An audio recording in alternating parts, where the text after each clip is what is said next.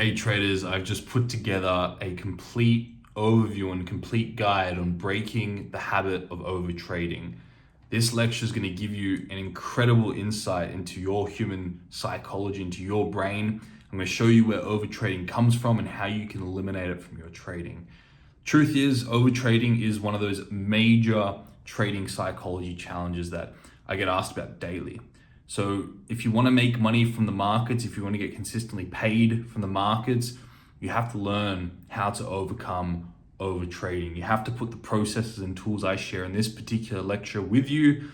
And if you do, it's going to have a huge impact in making sure that you get paid as a trader. If you find this useful, please share it with your trading communities. And if you haven't already, make sure you do the trading psychology archetype quiz. That's going to share with you what trading mindset you have, and it's going to give you the exact game plan, the exact personalized plan on how to go from where you currently are to consistently profitable. So enjoy the masterclass, and I will see you all tomorrow. Okay, traders, now it's time to get into the specific mindset challenges, and we're going to start off by talking about overtrading. This is by far the most common problem or concern or question I get from traders or from my students. How do I break the habit of overtrading? So let's get into it. Now, the first idea that we need to discuss when we talk about overtrading is this idea of what we refer to in psychology as excess and deficiency in action. Deficiency in action. It's a very fancy way of saying too much or too little of a certain action. Or in other words, over and under of a certain action. Okay? Now, this certain action that we're going to be discussing today is trading, overtrading, excess in overtrading, too much overtrading. Now, all excess and deficiency in a certain action is directly correlated to a certain emotion. We can put emotions such as fear, greed, pride, shame, guilt. Whenever you are running a certain emotion in your mind at that point in time, you're going to have an excess and deficiency in action. If you're poised as an individual, if you're not moving, if you're still and you're in a state of poise, you're not running an emotion in your mind. But if we go to a specific moment when you did too much of something or too little of something, at that moment in your mind, in the content of your mind, there is a certain emotion. There's a fear, there's a greed. For example, I didn't move in that moment. I had a deficiency in action because there was a fear in my mind that if I moved, I would have paid the consequences. Or I had an excess and deficiency. I ran away from the person with the knife because there was a fear in that moment. So all excess and deficiency in your actions can be correlated to, in that specific moment, the content in your mind, there will be an emotion that's driving that particular action. There's no such thing as random actions. There's no such thing as random decisions. These actions and decisions are tied specifically to, in that moment, whatever you perceive will give you greater advantage over disadvantage in that moment leads to a certain action. Okay? This is very important to understand.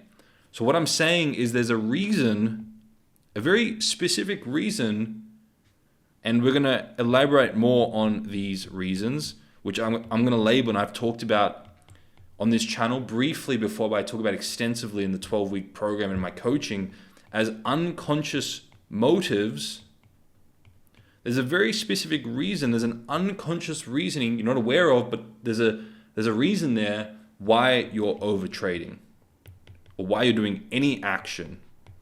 And you may be looking back on that overtrading and resenting it, but in that moment of making the decision to overtrade, you had more benefits in your mind than drawbacks leading to that decision. There was a very good reason why in that moment. Okay, but now you're looking back, you're unconscious, unaware of the benefits, hence why they're called unconscious motives, hence why you're resenting that action. Okay, but what I'm trying to communicate is there's no such thing as random overtrading. There's no such thing as randomly doing anything. There's always a reason why. And that reason is sitting in your unconscious, in your subconscious mind at the moment of making that decision. Okay, maybe that's a little bit too heavy of a start, but of course we're going to elaborate more on these so-called unconscious motives, on the subconscious mind. We're going to elaborate more on this in the further episodes in this series, in the Trading Psychology Mastery series. Okay, now let's go a little bit deeper with this. So that was my first understanding I want to pass on. All excess and deficiency in action come from a certain emotion.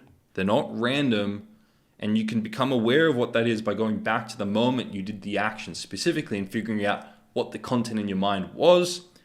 And these are what we call unconscious motives that are leading to your over trading. All right, part 2 of this, let's elaborate more on this. And I'm also going to bring in some ideas from recent one-on-one coaching clients and questions again in the 12-week program, working with students in the 12-week program. I'm going to bring some ideas here to give you some real life case studies. Okay, part 2. Now, I'm going to develop a certain concept diagram here. We can have what we refer to as our outcome.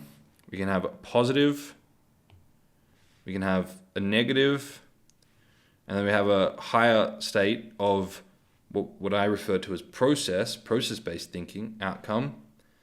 And the positive can also be referred to as excess, too much, over trading, greed. These are all different names for positive. I'm going to give a principle here. I'm going to show you how overtrading ties into it.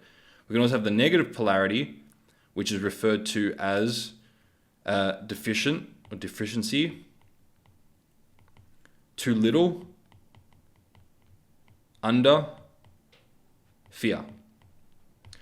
And then we can have this state here in the center, which actually goes above, that is a state of poised, a state of balance. It's a state of process-based thinking. Whereas down here is more focused on the outcome. Now there are certain ratios that go out from the center point out to the polarities. These positive and negative are the polarities. We have at the center point here what we refer to as a 1-to-1 ratio. When you see a balance between positive and negative, you actually go from this state, this lower state here, that's outcome based, to process based. Okay, so you transcend this, but then the polarities can swing, and bear with me, I'm going to develop, it's going to make a lot more sense. The polarities can swing to the positive, 1 to 3. This means I see 4 times more positive than I do negative, 1 to 5, 1 to 6, 1 to 7, so on. And to the right, I see 2 times more negative than I do positive, 3 times more negative than positive, 4, 5, 6, 7, right? These are ratios in our own perception. So like I was saying before, the moment you make a decision or action in your mind, you're calculating data based on what you see in that moment, your perception in that moment, between positive and negative, support and challenge, what you think is good and bad in that moment. And depending on your ratio of perception is going to directly correlate in how much of an excess and deficiency you have in action. So for example, if you see an extreme positive in your mind, 7 times more benefit than drawback, you're going to have a very strong impulse. Let me put this in green. You're going to have a very strong impulse towards that particular thing.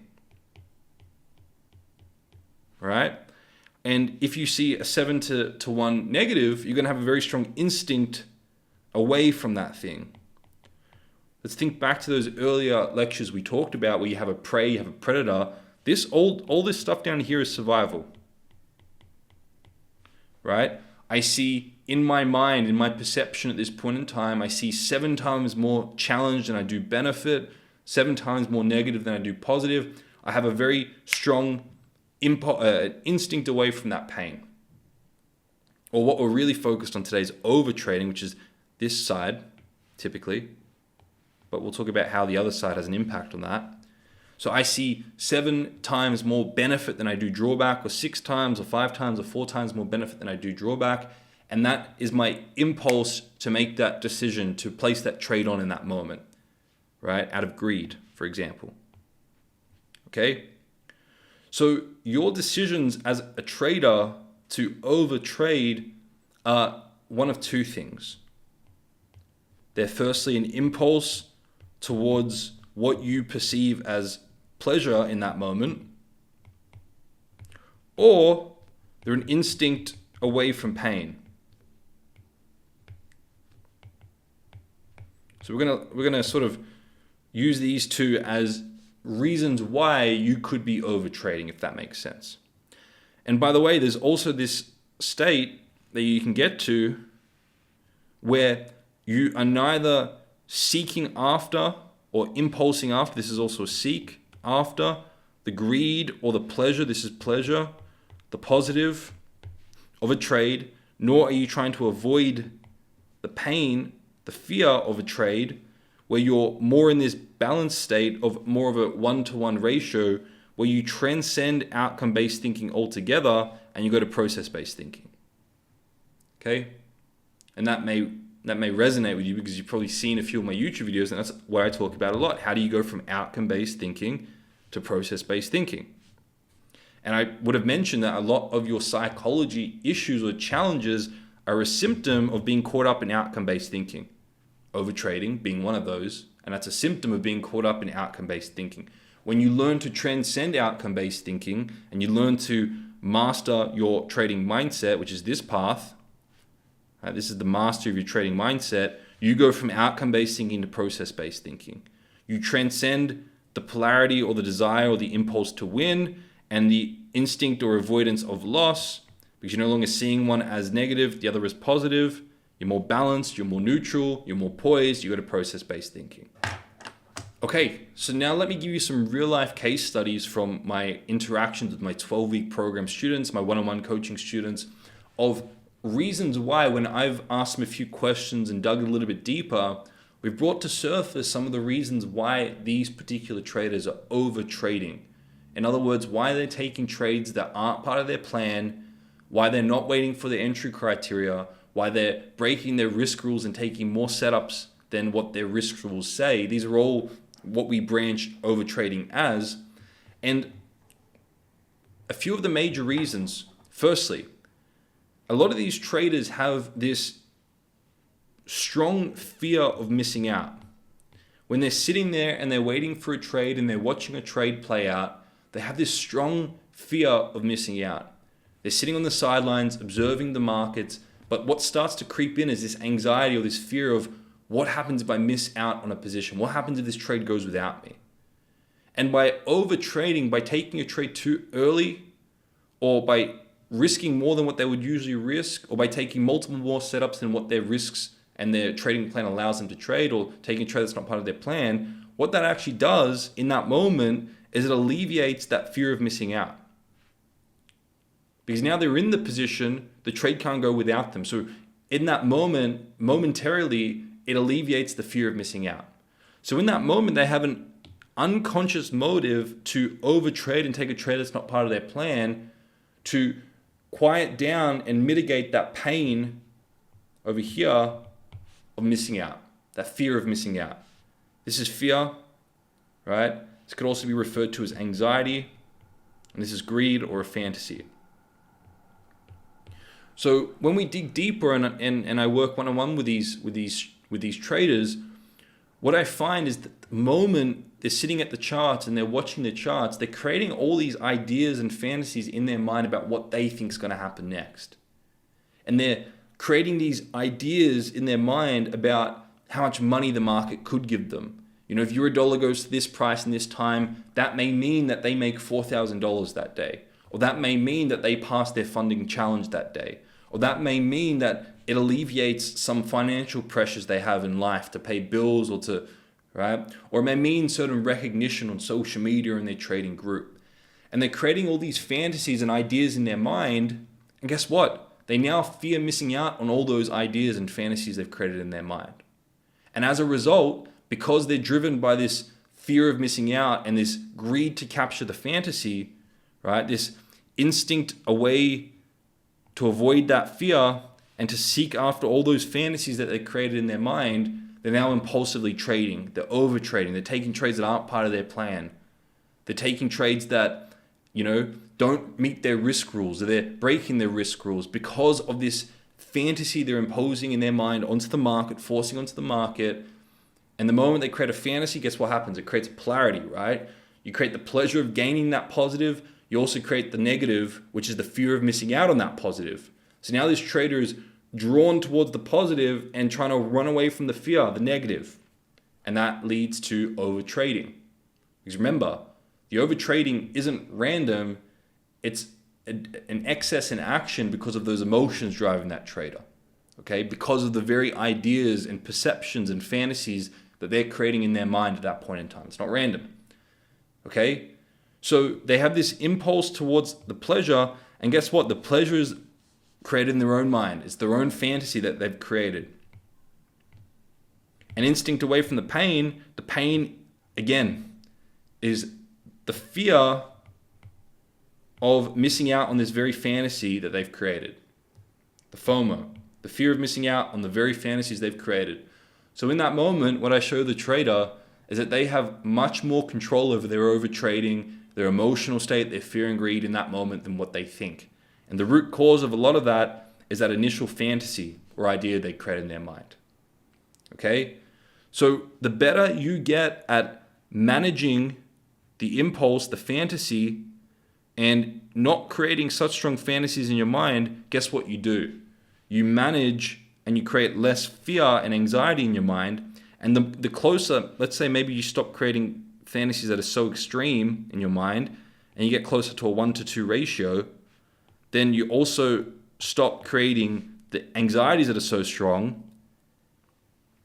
And instead of having such strong emotional volatilities that are very wild and very extreme, positive and negative, you start to dampen that down a little bit. And your emotional volatilities aren't as extreme. And you start to gain more self-control. And you stop imposing fantasies and you stop having these anxieties. And guess what? You get closer and closer to being truly a process-based trader that isn't caught and they're not making decisions based on their emotions. They make decisions based on their processes. Okay? Until they get closer and closer to that 1-to-1. Now, is it possible to get yourself to that 1-to-1 and stay in that state? No, that's not the case. Whenever the market presents a potential opportunity, it's natural and part of that survival instinct, that amygdala response, that wanting to capture after the prey, you're going to create initially some sort of a fantasy or outcome-based expectation. But the traders who are very good at identifying that, becoming aware of that, and then managing it, so before they place that trade, they're more process-based, are the traders who build consistent profitability. That's what the best traders do. The best traders aren't stopping their survival instincts entirely, but they know how to manage them and bring them back to that close to that state of 1-to-1 and go more process-based. Okay? Hopefully that makes sense. So, when we now talk about very practical and specific action steps, what can you do to facilitate that process? Part 3. Number 1, the first thing you can do is ensure that you have an edge and a trading plan, a mechanical trading plan that is 100% mechanical, no discretion, mechanical, because that allows you to be guided in the market, to manage and quiet down your amygdala, to be less likely to project outcome-based expectations because you have a guide, you have something that you're following, a process that you're following. All right? If you don't already have one, go back into the playlist and go to the video I talked about, one of the first days on having an edge and having a mechanical trading plan. Then, number 2, you now want to manage your outcome-based expectations. And the way you do that is by using the Bulletproof Your Mindset tool that I've created. It's a free tool, link in the description. I also talked about it quite extensively in one of the previous videos, where you now, that's right, in the pre-trade execution video, I believe it's called Do This Before You Take a Trade. It's in the playlist also for the Trading Psychology Mastery series. Remember, these videos are developing on previous videos. So implement the Bulletproof Your Mindset tool, because what that's going to help you do is it's going to help you identify what fantasy or expectation or pleasure or greed are you seeking after in that moment and having an excess, too much action towards, because that's going to be the key to identifying the pleasure you're impulsing towards that's leading to your overtrading. Okay, if you identify what that is, what we told you about before, the $4,000 in profit, the passing the funding account, the recognition, all those types of things, if you identify them and use the Bulletproof Your Mindset tool to ground them and humble yourself in that moment, guess what you do? You bring the positive polarity in, and as a result, you bring the pain polarity in, the anxiety and fear, and you become more process-based. You go back to your trading plan.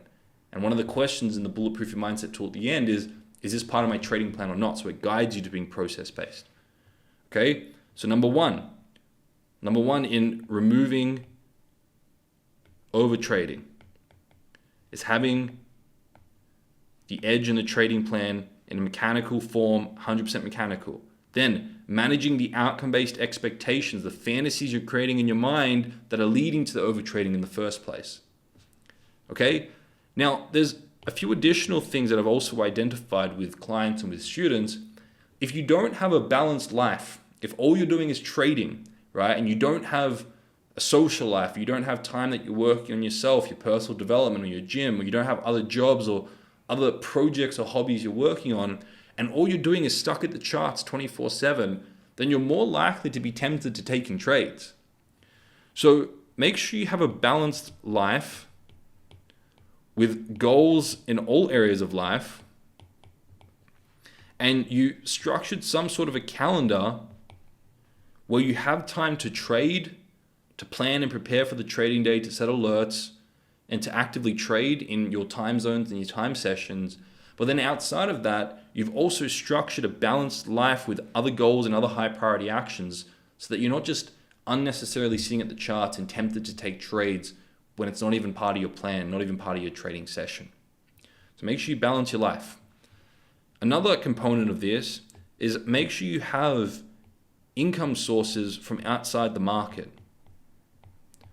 A big part that drives the outcome-based expectation is this desire to make money here and now on the individual trade.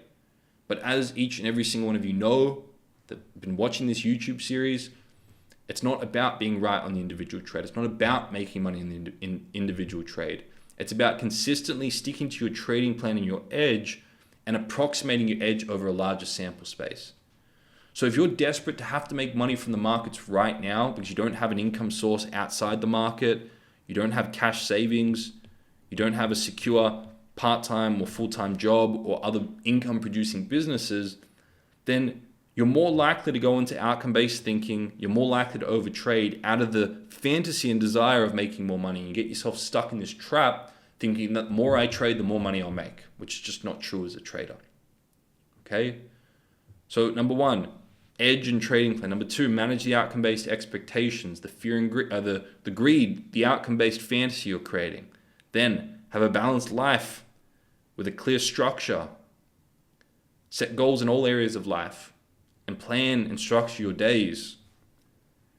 And then have your pre-trade and post-trade routines like we've talked about in the last few videos. Structure those into your calendar. Set alerts. And then set time aside for that day to trade when you know your edge is profitable and you have an edge at that trading session, for example.